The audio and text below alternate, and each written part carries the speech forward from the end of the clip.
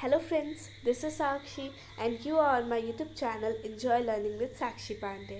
तो आज की वीडियो में हम कर रहे हैं lesson 12 of class 9th mathematics, जिसका नाम है हीरोन्स फॉर्मूला। तो अब आपको चैप्टर के नाम से समझ ही आ गया होगा कि इसमें किसी फॉर्मूला के बारे में बात करेंगे। तो हाँ, आप सही हो, इसमें हम एक फॉर्मूला के बारे में पढ़ेंगे जिसको एक मैथमेटिशियन जिनका नाम हीरोन था, उन्हीं के नाम पे जिसका नाम रखा गया है, उन्होंने इस फॉर्मूले को बनाया था। तो अब हम देखते हैं इस चैप्टर का introduction. In earlier classes we have studied to find area and perimeter of a triangle. Class 8 में हमने सीख लिया था कि किस तरह से हम ट्रायंगल का एरिया और पेरीमीटर निकालें। अब पेरीमीटर क्या होता है? So perimeter is sum of all sides of the given triangle. कोई भी अगर ट्रायंगल है तो इसके सारे साइड्स का सम, यानी इसकी टोटल बाउंड्री ही कहलाती है उसकी perimeter. Area is equal to the total portion covered by the triangle, यानी जितना भी हिस्सा वो ट्रायंगल कवर करता है वो कहलाता है उसका एरिया। तो अब हम देखते हैं एरिया और पेरीमीटर हम कैसे निकालते हैं। तो एरिया निकालने का एक सिंपल सा फॉर्मूला हमने पढ़ा था क्लास 8 में, 1/2 इंटू बेस इंटू हाइट, यानी इस ट्रायंगल के बेस इंटू हाइट को हम 1/2 से मल्टीप्लाई कर दें। और पेरीमीटर किसी भी पॉलीगॉन का निकालना है तो हमारे पास एक सिंपल सा मेथड है कि हम सारे साइड्स का सम कर दें। तो वही चीज़ ट्रायंगल में भी अप्लाई होती है, इसमें भी हम सारे साइड्स का सम कर सकते हैं। जैसे यहाँ पे एक आपको ट्रायंगल दिख रहा है, ठीक है, एक साइड है 5 सेंटीमीटर, एक साइड है 5 और एक है 8। तो इसका पेरीमीटर क्या होगा? सम ऑफ ऑल साइड्स, यानी 5 + 5 + 8, यानी क्या हो जाएगा? 18 सेंटीमीटर। आगे देखते हैं टाइप्स ऑफ ट्रायंगल्स। तो ट्रायंगल्स क्या होते हैं हमने पढ़ लिया। क्या होते हैं? जिनमें 3 लाइंस होते हैं, 3 साइड्स होते हैं, 3 वर्टाइसेस होते हैं और साथ ही साथ 3 एंगल्स भी होते हैं। ये हमने एक चैप्टर में भी पढ़ा था ट्रायंगल्स नाम के, क्लास 9th में।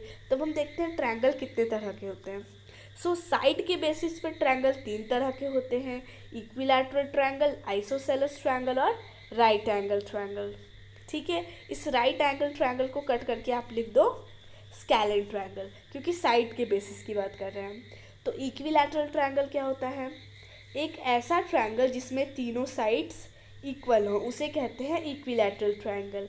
और एक होता है जिसमें सिर्फ 2 साइड्स इक्वल हो, तीसरी साइड अनइक्वल हो, तो वैसे ट्रायंगल्स को कहते हैं आइसोसेलेस ट्रायंगल। और जिसमें तीनों ही अलग हो उसको कहते हैं हम स्केलेन ट्रायंगल। ठीक है, तो उसके बारे में हमें इस चैप्टर में नहीं पढ़ना है। जिनके बारे में पढ़ना है वो है इक्विलैटरल ट्रायंगल जिसमें सारे साइड्स इक्वल हो, आइसोसेलेस ट्रायंगल जिसमें सिर्फ 2 साइड्स इक्वल हो, और एक हमें पढ़ना है राइट एंगल ट्रायंगल जिसमें एक एंगल राइट एंगल हो, बाकी से हमें कोई मतलब नहीं है। अब हम आते हैं area of a right angle triangle. तो राइट एंगल ट्रायंगल अभी पढ़ा हमने जिसमें सिर्फ एक राइट एंगल हो, तो वैसे ट्रायंगल्स को कहते हैं राइट एंगल ट्रायंगल। अब हम देखते हैं कि इस तरह के ट्रायंगल का एरिया हम कैसे निकालें।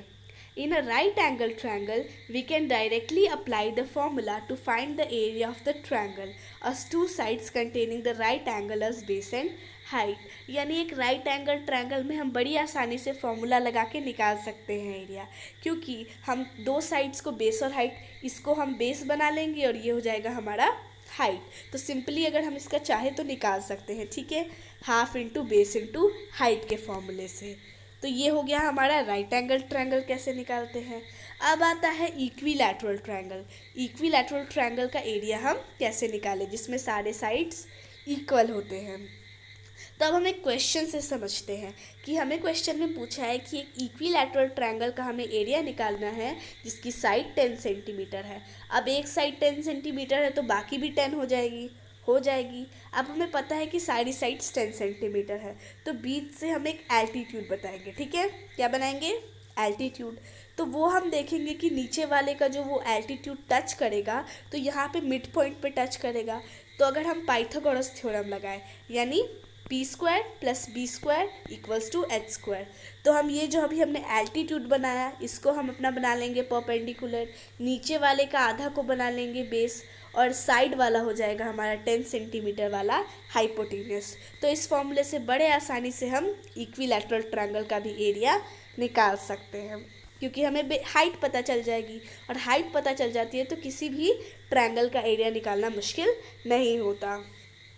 Find out the area of an isosceles triangle whose two equal sides are 5 cm and an unequal side is 8 cm. अब आ गए हैं हम आइसोसेलस ट्रायंगल के एरिया पे, जिसमें सिर्फ दो साइड्स इक्वल होते हैं और एक साइड अनइक्वल। जैसे इस ट्रायंगल में इक्वल साइड्स 5-5 सेंटीमीटर के और जो अनइक्वल है वो है 8 सेंटीमीटर का। तो इसको भी हम पाइथागोरस थ्योरम से निकाल सकते हैं एक एल्टीट्यूड ड्रॉ करके, ठीक है, जैसे हमने इक्विलैटरल ट्रायंगल में किया। ठीक है, तो एक बार मैं आपको करके दिखाती हूँ। सो ये है मेरा ट्रायंगल, जिसमें ये है 5, ये भी है 5 और ये है 8। तो अब मैं जब ये एल्टीट्यूड बना रही हूँ तो ये आधे आधे में बच जाएगा, जिससे ये भी 4 हो जाएगा और ये भी 4 हो जाएगा। तो ये 4 हो गया मेरा बेस, ये 5 हो गया मेरा हाइपोटेनियस और ये हो गया मेरा परपेंडिकुलर। तो पाइथागोरस थ्योरम यानी p² + b² = h²। इस फॉर्मूले में मैं वैल्यूज़ पुट करके बड़े आसानी से h ला सकती हूँ 3 सेंटीमीटर। ठीक है, अब मुझे h मिल गया। अब मैं क्या करूँगी, 1/2 इंटू बेस इंटू हाइट, और बेस था मेरा 8, तो 1/2 इंटू 8 इंटू 3 यानी कि 12 सेंटीमीटर स्क्वायर जो है वो मेरा एरिया आ जाएगा। अब हम देखते हैं चैप्टर के मेन टॉपिक यानी area of triangle by Heron's formula. यानी अब हम सारी बातें छोड़ के मुद्दे पे आ चुके हैं, जो कि है हमारा हीरोन्स फार्मूला। तो हीरोन्स फार्मूला को जानने से पहले हीरोन के बारे में जान लेते हैं।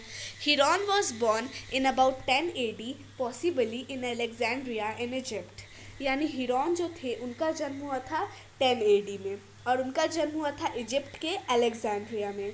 His works on mathematical and physical subjects are so numerous and varied that he is considered to be an encyclopedic writer in his fields।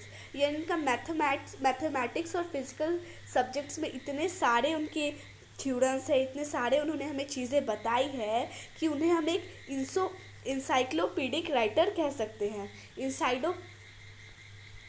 इंसाइक्लोपीडिक writer का मतलब जो इंसाइक्लोपीडिया लिखता हो, यानी ऐसा हम उन्हें कह सकते हैं। इतनी ज़्यादा जानकारी उन्होंने हमें दे दी। His geometrical works deal largely with numbers of problems on mensuration. यानी उन्होंने जितना भी काम किया है ज्योमेट्री में, उससे हम काफ़ी सारे मेंसुरेशन के प्रॉब्लम्स को सॉल्व कर सकते हैं। यानी बहुत सारे फिगर्स का हम एरिया और पेरीमीटर निकाल सकते हैं।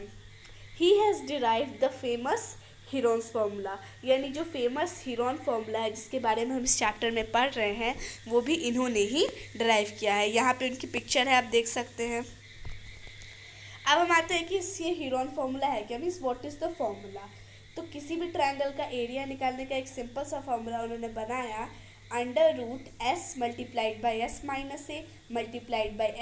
b × s - c, जहाँ पे A, B और C हमारे ट्रायंगल के 3 साइड्स हैं और ये S जो है वो सेमी पेरीमीटर है, यानी पेरीमीटर का आधा। तो हम पेरीमीटर निकाल देंगे ट्रायंगल का और उसको 2 से डिवाइड कर देंगे और फिर सबको उसकी वैल्यूज पुट कर देंगे और आसानी से हमें आ जाएगी। अब आते हैं इम्पोर्टेंस ऑफ हीरोन्स फार्मूला, यानी ये हीरोन्स फार्मूला क्यों इतना इम्पोर्टेंट है। This formula is helpful where it is not possible to find height of the triangle easily. ये फॉर्मूला इसीलिए हेल्पफुल है क्योंकि हर जगह हम ट्रायंगल का हाइट निकालने में अपना टाइम वेस्ट नहीं कर सकते, यानी बहुत टाइम लेंदी हो जाता है हमारा क्वेश्चन, हमारा सोल्यूशन। इसी वजह से इस हीरोन्स फार्मूला का इम्पोर्टेंस ज़्यादा है।